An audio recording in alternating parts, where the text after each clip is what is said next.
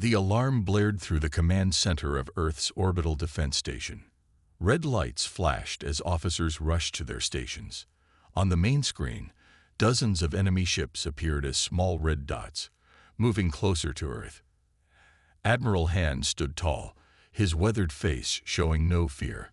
At 60 years old, he had seen many battles, but never one this important. Earth was in danger. Real danger. "Report," he said, his voice calm despite the chaos around him. Officer Jin tapped at her screen. "Sir, we count 57 void-born ships entering the outer solar system. Their speed is increasing." Han nodded. The void-born. For 10 years, these aliens had moved through the galaxy like a plague. They didn't negotiate. They didn't show mercy. They simply took what they wanted and destroyed everything else. "Alert all ships," Han ordered. "Battle Formation Alpha, and get me a direct line to Earth Command." The Sol Confederation, Earth's united government, had built the most powerful fleet humans had ever made. 24 massive battleships, each carrying enough firepower to level a city. 100 smaller attack ships, fast and deadly. Defense systems that could shoot down asteroids. But Han knew it might not be enough. The face of General Kim appeared on his screen. "Admiral, the President is being moved to the underground command center. What's your assessment?" "The Voidborn are coming in fast," Han said. "We'll meet them at Mars orbit. Try to keep the fight away from Earth." "Can we win this?"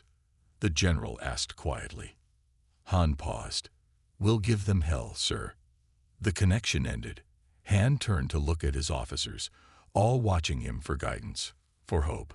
"The Voidborn have destroyed 12 alien civilizations that we know of," Han said, "but none of those were human." He walked to the large window that showed Earth below, beautiful and blue. "Our scouts say they fear us.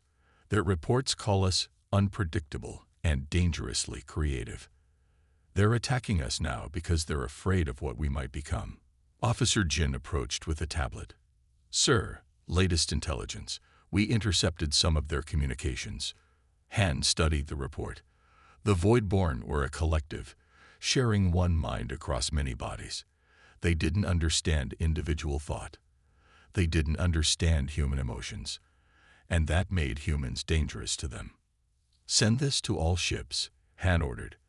"I want everyone to know what we're fighting for." 2 hours later, Han stood on the bridge of the HSCS Defender, Earth's largest battleship. Through the view screen, he watched as his fleet moved into position near Mars. The red planet seemed peaceful, unaware of the battle about to happen in its orbit. "Enemy ships will be in range in 5 minutes, said Tactical Officer Gill. Han nodded. "All ships, power weapons. Remember your training." The Voidborn ships came into view. They were strange, with no clear front or back. Black metal that seemed to absorb light rather than reflect it. They moved in perfect formation, like a single organism with many parts. "They're launching fighters," Jill reported. "Hundreds of them." Han took a deep breath. "All ships, engage at will. Protect Earth at all costs." The space between Mars and the asteroid belt lit up with laser fire and explosions. Human ships moved quickly, breaking formation, attacking from different angles. The Voidborn responded with perfect coordination, their ships moving as one. Within minutes, 3 human ships were destroyed. The Voidborn lost none. "They're adapting to our tactics," Security Chief Min said. "It's like they can predict our moves." Han frowned. The Voidborn's hive mind let them coordinate perfectly. Human unpredictability should have been an advantage, but the aliens were learning too quickly. "Fall back to secondary positions," Han ordered. "We need a new approach." As the human fleet retreated closer to Earth, Han knew they needed something the Voidborn couldn't predict. Something beyond their understanding. They needed a miracle. Morning came to the Taebake Mountains with gentle rays of sunlight breaking through the pine trees. A small wooden cabin sat in a clearing, smoke rising from its chimney. Behind the cabin, a stream flowed down from the higher peaks, its water clear and cold. June woke at dawn, as he did every day. At 72, his body was thin but strong from years of mountain living. His white hair was tied back in a simple ponytail, and his beard reached the middle of his chest. Deep wrinkles lined his face, each telling a story of his long life. He put on his worn jacket and stepped outside into the cool morning air. "Die," he called softly. "Breakfast time." From a large den built against the side of the cabin came a low growl, followed by the appearance of an enormous brown bear. Day stood almost 7 feet tall when on his hind legs, with thick fur and intelligent eyes. The bear approached June and nudged his hand gently. "Good morning to you too," June said with a smile, scratching behind the bear's ears. "Hungry?" The unlikely pair had been together for 8 years, ever since June found the bear cub trapped in an old poacher's snare. The cub's mother was nowhere to be found, likely killed. June had freed the scared animal and taken him home to heal his wounded paw. He had planned to release Da back into the wild, but the bear chose to stay. After breakfast, fish for Da, rice and vegetables for June, the old man walked to his workshop behind the cabin. Unlike the simple cabin, the workshop was filled with complex equipment. Old computers hummed alongside strange metal devices that June had built himself. "Let's see if it works today," June said as Day followed him inside. The bear settled in a corner, watching as June turned on machines and checked readings on screens. In the center of the workshop sat a metal cube about the size of a rice cooker. Wires connected it to several computers. June typed commands, and the cube began to glow with a soft blue light. "Good, good," he muttered. "Power level stable." The villagers in the small town at the base of the mountain called June the Mountain Ghost. They rarely saw him, maybe once every few months when he came down for supplies he couldn't make himself. They respected him and left him alone, telling stories about the old man who lived with a bear. None of them knew that June had once been Dr. June Park, lead engineer on Project Singularity, a top-secret government program. 15 years ago, after his wife died of cancer, June had left that life behind. The government thought Project Singularity had died with his departure. They were wrong. June continued his work in secret, fixing the flaws in the system that had made the military think it was too dangerous to use. His wife had made him promise to complete their work, but to keep it safe until it was truly needed. "They'll use it to destroy, not to protect," she had said in her final days. "Wait for the right time." As the cube's glow strengthened, Day approached and sat beside June. Strangely, the readings on the computer screen stabilized when the bear was near. This had puzzled June at first, until he discovered something unusual about Day's biology, something that interacted with the energy fields produced by his invention. "You're a special one," June told the bear, patting his head. "The only living thing that can stand near a singularity drive without disrupting it." June checked the news on his old radio sometimes, enough to know that humans were at war with aliens called the Voidborn. But here in his mountain home, such trouble seemed far away. As June worked, he didn't know that his peaceful isolation would soon end. He didn't know that humanity's survival might depend on an old man and his bear. He simply continued his work, the bear watching silently beside him. As the morning sun climbed higher in the sky, the command center of Earth's last defense base was filled with smoke. Emergency lights cast red shadows on the tired faces of the surviving officers. Admiral Hand stood before a holographic map showing the remains of Earth's once proud fleet. Of the 24 battleships that had started the fight, only 9 remained. "The Voidborn have broken through the Mars defense line," Officer Jin reported. Her uniform was torn, and a bandage covered a cut on her forehead. "They will reach Earth in 3 days.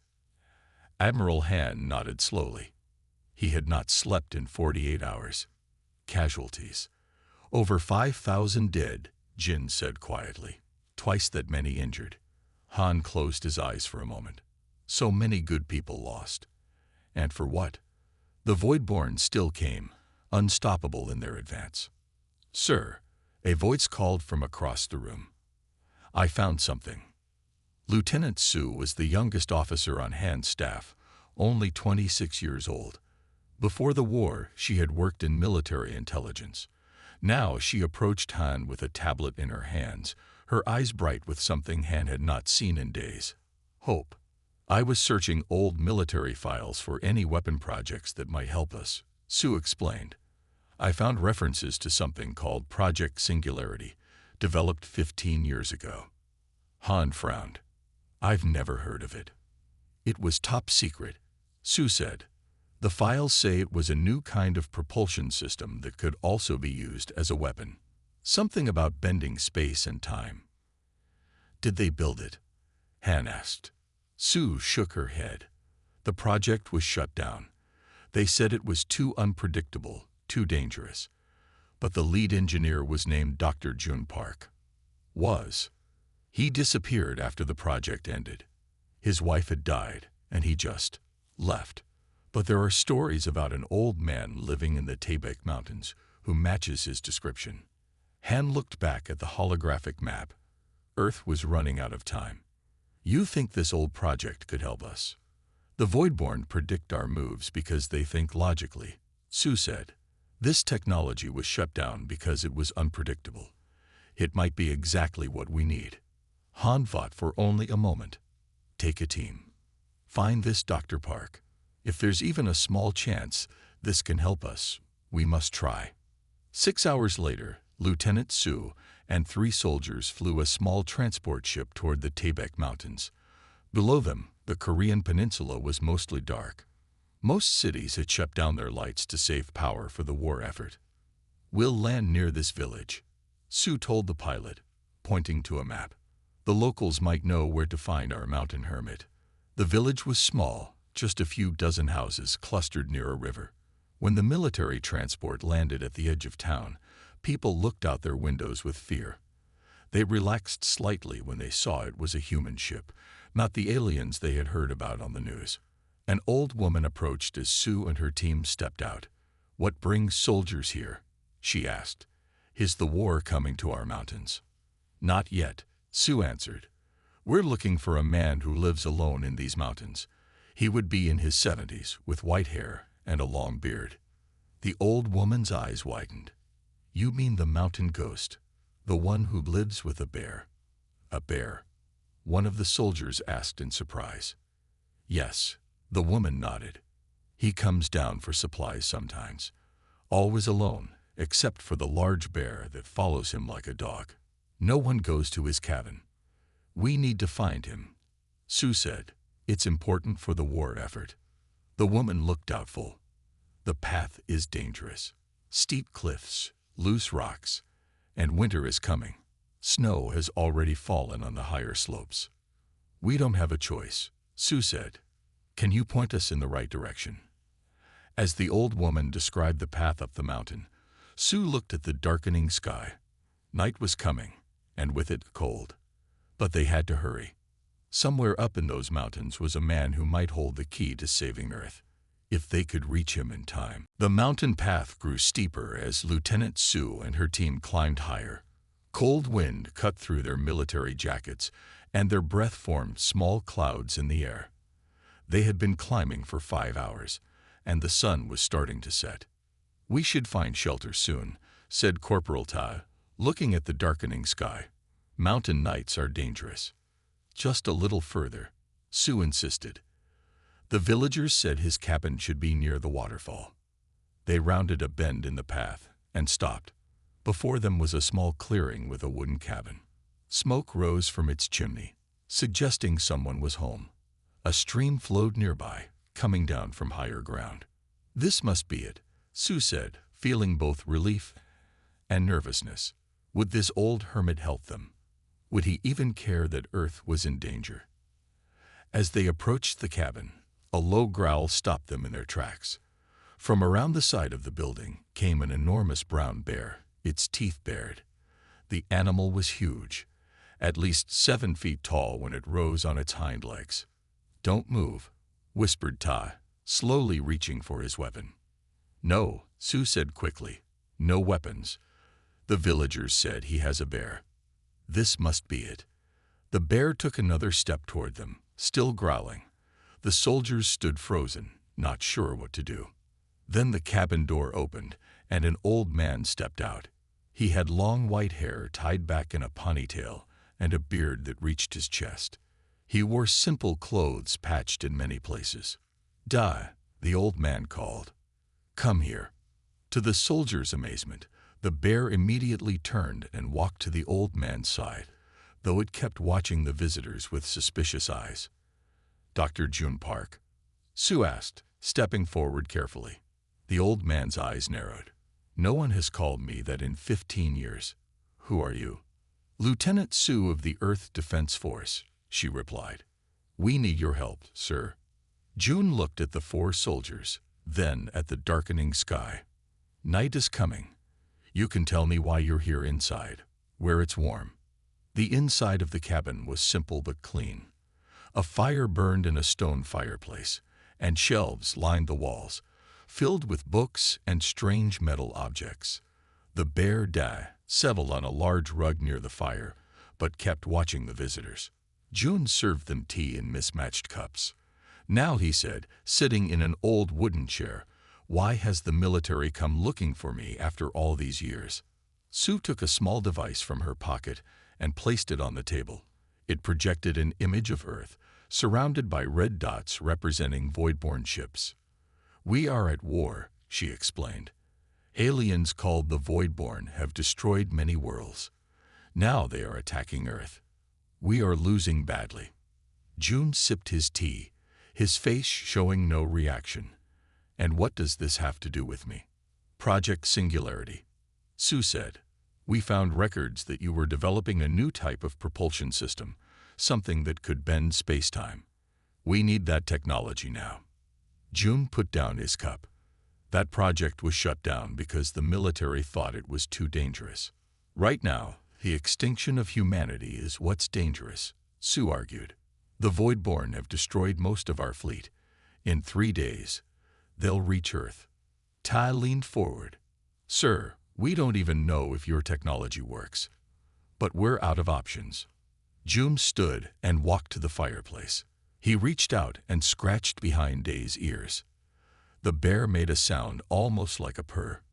"It works," June said quietly. "I spent 15 years perfecting it. But it's not what you think. It's not just a weapon or a drive system." He turned back to them, his old face suddenly looking very tired. "It's something that can change everything. That's why I kept it hidden." Sue stood up. "Dr. Park, we don't have time. Millions will die if the Voidborn reach Earth. Please, help us." June looked from the soldiers to his bear, who was watching him as if understanding every word. Then he nodded slowly. "I'll show you what I've built," he said. "But there's a condition. If I help, the bear comes too." June led Lieutenant Sue and her team behind his cabin. The bear, followed close behind, watching the soldiers with careful eyes. They came to what looked like a simple shed made of wood and metal. "This doesn't look like a high-tech lab," Corporal Todd whispered to Sue. June heard him and smiled slightly. "Appearances can be deceiving." He pressed his hand against what looked like a normal wooden panel. A soft blue light scanned his palm. Then, with a hiss, the entire floor of the shed began to sink. They were standing on a hidden elevator. It took them deep underground, into a cave that had been turned into a laboratory.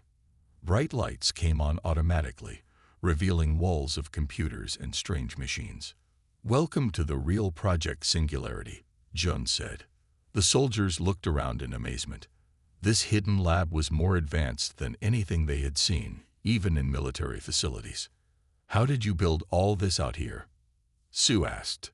"Slowly, very slowly," June replied. "One piece at a time over 15 years. My wife and I started this project for the military, but we always kept the most important discoveries to ourselves." He walked to the center of the room where a clear container held what looked like a small black cube about the size of a fist. The cube seemed to float in the container, not touching any sides. This is a singularity core, June explained. Inside this cube is something impossible, a microscopic wormhole that connects 2 points in space-time. Sue stepped closer. A wormhole, like in science fiction. Science fiction becomes science fact, given enough time, June said. The military wanted to use this as a weapon. They thought we could open wormholes inside enemy ships, destroying them from within. Can you? Tai asked. Jun shook his head. That would be too dangerous. Opening an unstable wormhole could destroy everything nearby, including the ship that created it. He touched some controls, and a hologram appeared, showing the spaceship design. Instead, I created this, a propulsion system that uses tiny, controlled wormholes to move a ship. It can make a ship appear to be in multiple places at once, or move in ways that seem impossible, like jumping instantly from one point to another. Sue asked. Not exactly teleporting, Jun replied. More like bending the space between points. The ship still travels through space, but the space itself is shortened. Corporal Tai frowned. If this works, why didn't you share it? It could have helped from the start of the war. Jun's face grew sad. Because there's a problem. The energy patterns created by the singularity core are chaotic, unpredictable. Every computer system we tried to connect it to would crash or give false readings. Then how can we use it? Sue asked.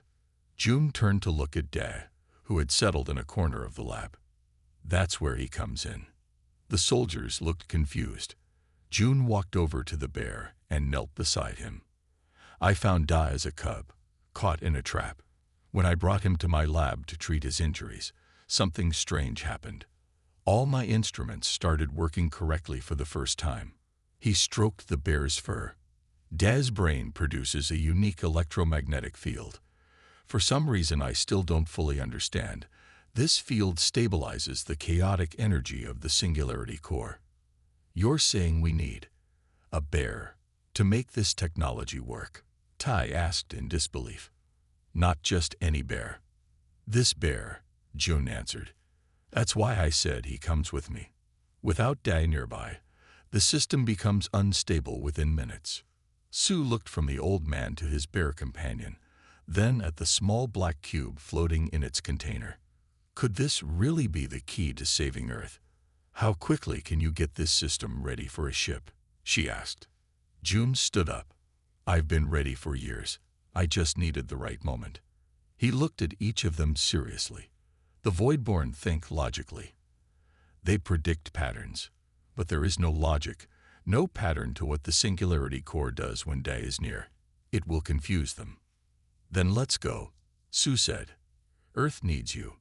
Both of you. The main hangar of Earth's last military base was filled with noise. Engineers shouted orders, machines whirred, and above it all came the occasional worried growl of a very large bear. Da sat near a large metal crate, watching with suspicious eyes as soldiers and engineers moved around the hangar. Jun stood beside him, one hand resting on the bear's head to keep him calm. Admiral Han walked across the hangar floor, his eyes fixed on the old man and his unusual companion. When Lieutenant Sue had returned with a 72-year-old hermit and a bear, many had laughed. They were not laughing now. Dr. Park, Han said, extending his hand. Thank you for coming. Jun nodded but didn't smile. I'm not doing this for you or the military. I'm doing this for Earth. The Admiral looked at the bear. And this is your assistant. This is Da, Jun said. Without him, the singularity core will not work properly. Han had seen the test results. When the bear was in the same room as the core, the readings stabilized. When the bear was removed, the system became chaotic within minutes. He still didn't understand why, but Earth had no time for long studies. We've prepared the HSCS Defender as you requested, Han said. It's our newest battleship. He led Jun and Da through the hangar to a large window overlooking a dry dock. Outside floated Earth's largest warship, nearly a mile long, its hull marked with battle scars from previous encounters with the Voidborn. Will one ship be enough? Jun asked. The Voidborn will be here in 24 hours, Han replied.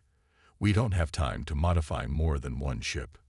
Engineers had worked through the night, following Jun's detailed plans to install the Singularity Core in the heart of the Defender's engine room. Now they were ready for the final step, activating the system. The bear needs to be near the core at all times, Jun explained as they walked toward the ship. I've designed a special room next to the engine room where Dad can stay safely. Han looked doubtful. Having a wild animal aboard a warship is against every regulation we have. Dad is not wild, Jun said firmly. And without him, we have no chance against the Voidborn. Aboard the ship, crew members stopped and stared as the bear walked calmly down the corridors beside the old man. Some looked afraid, others curious, but all moved out of the way quickly. The engine room was a massive space filled with humming machinery. In the center, engineers had installed a clear container holding the black Singularity Core. Beside it was a smaller room with reinforced walls, but a clear window looking into the engine room. This would be Dae's station. It's comfortable, Jun said, inspecting the room. He'll be safe here. A young engineer approached them nervously. Sir, we're ready for the final calibration, but our computers can't make sense of the energy readings. Jun smiled slightly. They won't. That's the point. The Voidborn predict our moves because their computers can analyze our patterns. The Singularity Core creates patterns that no computer can predict. He turned to Han.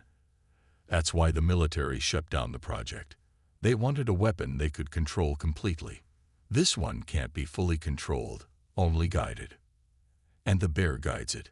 Han asked, still sounding skeptical. In a way, Jun said. Dae's brain produces an electromagnetic field that creates a kind of framework that the core's energy follows. It's not perfect control, but it's enough to make the ship move in ways the Voidborn cannot predict. Han looked at the black cube floating in its container, then at the bear, and finally at the old man. 2 days ago, I would have called this insane, but we're out of options and almost out of time. He straightened his uniform and made a decision. Dr. Park, you and your companion are now officially part of this ship's crew. I'm assigning you the rank of Special Advisor. Jun nodded. I don't care about rank. Let's just make this work. As engineers began the final preparations, Jun knelt beside Dae and spoke softly to the bear. It's time, old friend.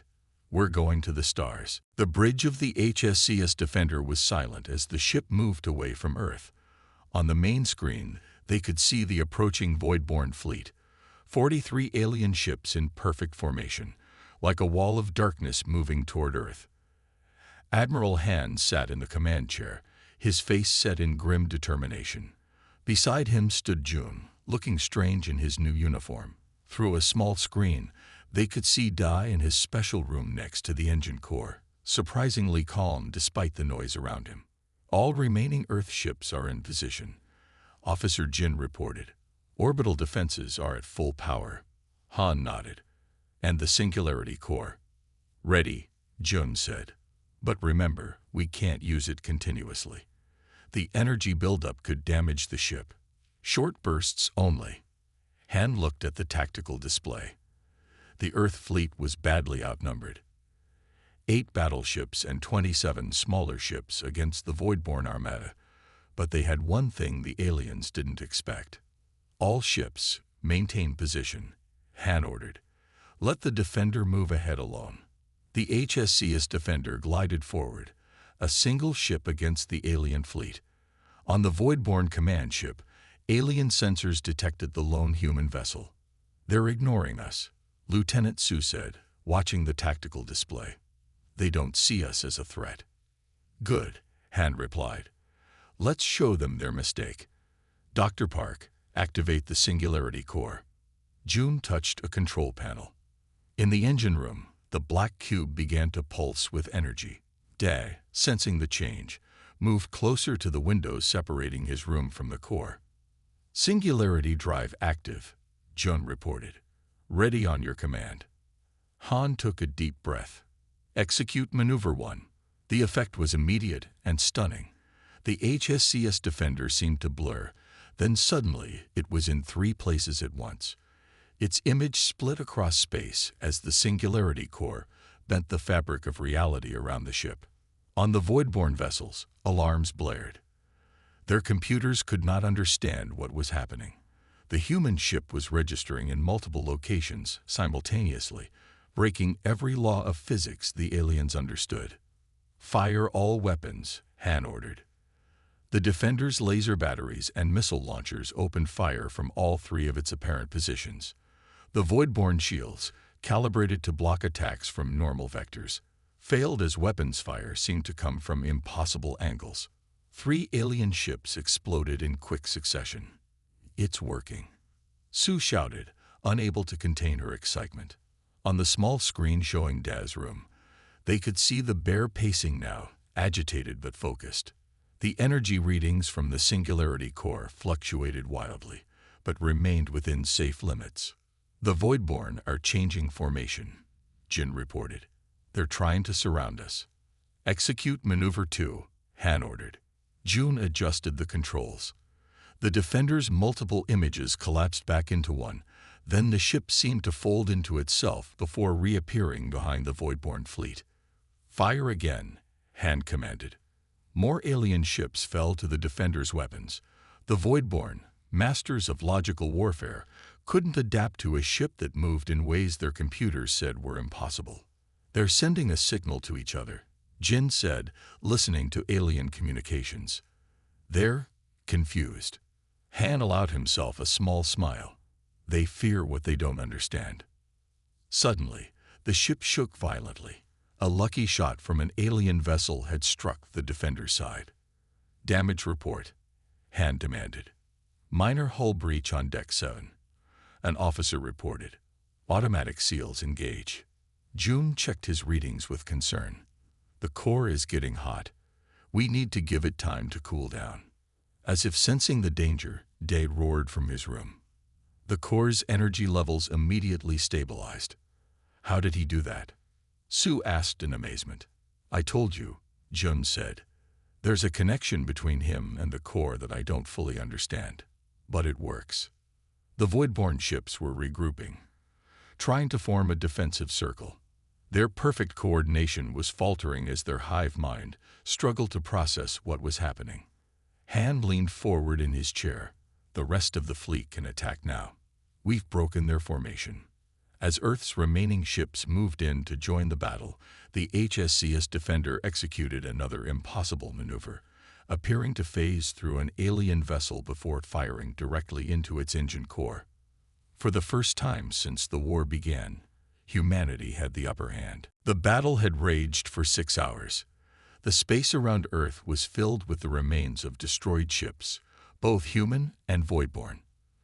But for the first time since the war began, more alien vessels had been destroyed than human ones. On the bridge of the HSCS Defender, Admiral Han studied the tactical display. 15 Voidborn ships had been destroyed, and several more were damaged. The aliens' perfect formation was broken, their coordinated attacks failing against the unpredictable movements of the human ship. They're pulling back, Officer Jin announced. The Voidborn fleet is retreating to Mars orbit. A cheer went up from the bridge crew. Han allowed them this moment of joy, but he knew the war was far from over. The Singularity Core needs to cool down, Jun reported. His face was tired but proud. We've pushed it harder than I ever have before. On the small screen showing Daz's room, they could see the bear lying down, clearly exhausted. The connection between the animal and the technology had proven stronger than anyone expected. Let him rest, Han said. He's earned it. Lieutenant Sue approached with an excited look on her face. Sir, we've intercepted some Voidborn communications. Our translators are having trouble with most of it, but certain phrases keep appearing. She handed Han a tablet. On it were the translated alien words, GK host ship and bear spirit. Han looked at June with raised eyebrows. It seems your bear has made an impression. June smiled slightly. The Voidborn think logically. A ship that can be in multiple places at once defies logic, and the presence of an animal aboard a warship makes no sense to them. Things they can't understand, they fear. "Sir," Jin called out. "Message from Earth Command. They've begun installing simplified versions of the Singularity technology on 3 more ships based on Dr. Park's designs. Without that, those systems won't be as stable," Jun warned. "Even unstable Singularity drives will be better than our current technology," Han replied. "And the Voidborn don't know that." Over the next 12 hours, the human fleet regrouped. Engineers worked non-stop to repair damage to the Defender and to add basic Singularity technology to other ships. Jun moved between ships, explaining the system to other engineers, while Dae remained in his special room, recovering his strength. "We've intercepted more Voidborn communications," Sue reported during a strategy meeting. "They're confused. Their hive mind can't process what happened." She played a recording of translated alien speech. "The human ship movies wrong. It carries the spirit of an earth beast. Their old one controls forces beyond physics." "They're talking about you," Han said to Jun. And Jun shook his head. "They're trying to make sense of something that defies their understanding. The Voidborn think as one mind. They can't comprehend unpredictability, which gives us an advantage," Han said. "We need to press it before they adapt." 24 hours after the first battle, the human fleet was ready again. 4 ships now had Singularity technology, the Defender with its full system, and 3 others with simpler versions. "The Voidborn fleet is moving," Jin announced. "They're coming back for another attack." Han stood at the center of the bridge. All ships with Singularity drives moved to front positions. Standard ships, support from range. Let's show them that one victory wasn't just luck. As the fleets approached each other, something strange happened. The Voidborn ships began to move erratically, breaking their usual perfect formation. "They're confused," Sue said, listening to alien communications. "Some want to attack. Others want to retreat. Their hive mind is divided." On the main screen, they could see the alien fleet's formation falling apart. Some ships accelerated forward, others held back. Their legendary coordination was gone. "They fear us now," Jones said quietly. "Not just our ships, but what they represent, something they can't predict or understand." Han nodded. "And fear makes even the strongest enemy weak." He turned to the weapons officer. "Target their command ship. All Singularity-equipped vessels. Execute attack pattern Bear Spirit." The human ships surged forward, moving in ways that defied physics and logic, their images blurring and multiplying across space. The legend of the ghost ship and its bear had begun to spread across the stars. 3 months had passed since the first battle with the Singularity drive. The view from the observation deck of Earth's orbital station showed a very different scene than before. 20 new ships floated in formation, each bearing a special marking on its hull, the silhouette of a bear standing on its hind legs. Admiral Han stood at the window, hands clasped behind his back. Beside him was Jun, no longer wearing a uniform but simple civilian clothes. His beard was neatly trimmed now, though still long. "The Voidborn have pulled back to the edge of the solar system," Han said. "They've made no aggressive moves for 6 weeks." Jun nodded. "They're studying us, trying to understand what happened. But they won't attack again soon. The fear is too deep now." Reports from scout ships told the story. The once unified Voidborn fleet had fractured. Their hive mind, faced with something it could not understand or predict, had begun to break apart. Some Voidborn ships had even fled the solar system entirely. "The President wants to award you the highest civilian honor," Han said. "There will be a ceremony next week." Jun shook his head. "I don't need awards, but there is something I want." "Name it." "Official recognition for Da," Jun said. "As the first non-human member of Earth's Defense Force." Han smiled. "Already done. The paperwork was completed yesterday." He even has his own rank, honorary guardian. Below them on Earth, shipyards work day and night to build more vessels equipped with singularity technology. Engineers had improved the system based on Jun's designs, making it more stable even without a bear present. But none worked as well as the original on the Defender with Dai nearby. "We're building a training facility," Han said, "for future singularity engineers. We'd like you to lead it." Jun looked surprised. "Me? I'm an old man. I should go back to my mountains." "You can't," came a voice from behind them. Lieutenant Su approached, now wearing the insignia of a captain. "You've become too important. And besides, Dai likes the attention." She showed them a tablet with news headlines from around the world. Every story featured pictures of the old man and his bear. Children drew pictures of them. Toys were being made. They had become symbols of hope. "The hero and his bear," Jun said, shaking his head. "My wife would have laughed at all this." "Speaking of Dai, how is he adjusting to his new quarters?" Han asked. "Better than expected," Jun replied. "Though he still prefers the mountains when we can visit. The swimming pool was a good idea. He loves the water." On the main screen of the observation deck appeared an intercepted transmission, a warning being broadcast between alien species in distant star systems. The translation read, "Beware the human ships. They move like ghosts. They are guided by old ones and bear spirits." "They don't understand what happened," Su said. "So they've created a myth to explain it." "Sometimes myths are more powerful than weapons," Jun replied. In the training center below the station, a new class of engineers was learning how the singularity drives worked. And to everyone's surprise, a new discovery had been made. Other Earth animals, specially trained dogs, dolphins, even some birds, could also help stabilize the singularity fields, though none as well as Da. "We're creating a new division," Han explained. "Animal partners working with human engineers. We're calling it the Spirit Corps, based on what the Voidborn called us." Jun smiled. "My bear, the first of a new kind of guardian." As they talked, a transport ship docked at the station. Inside were young engineers selected for the first singularity training class, along with animals chosen as potential partners. "They'll learn from you," Han said. "The old man who saved Earth with his bear."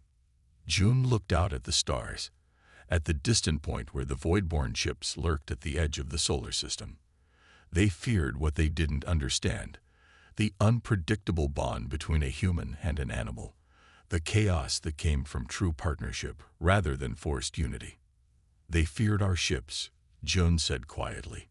"Now they'll learn to fear our spirit." In his special quarters aboard the station, Dai the bear slept peacefully, unaware that he had helped change the course of history, simply by being what he was and staying loyal to an old man who had once saved him. Together, they had become the guardians of Earth.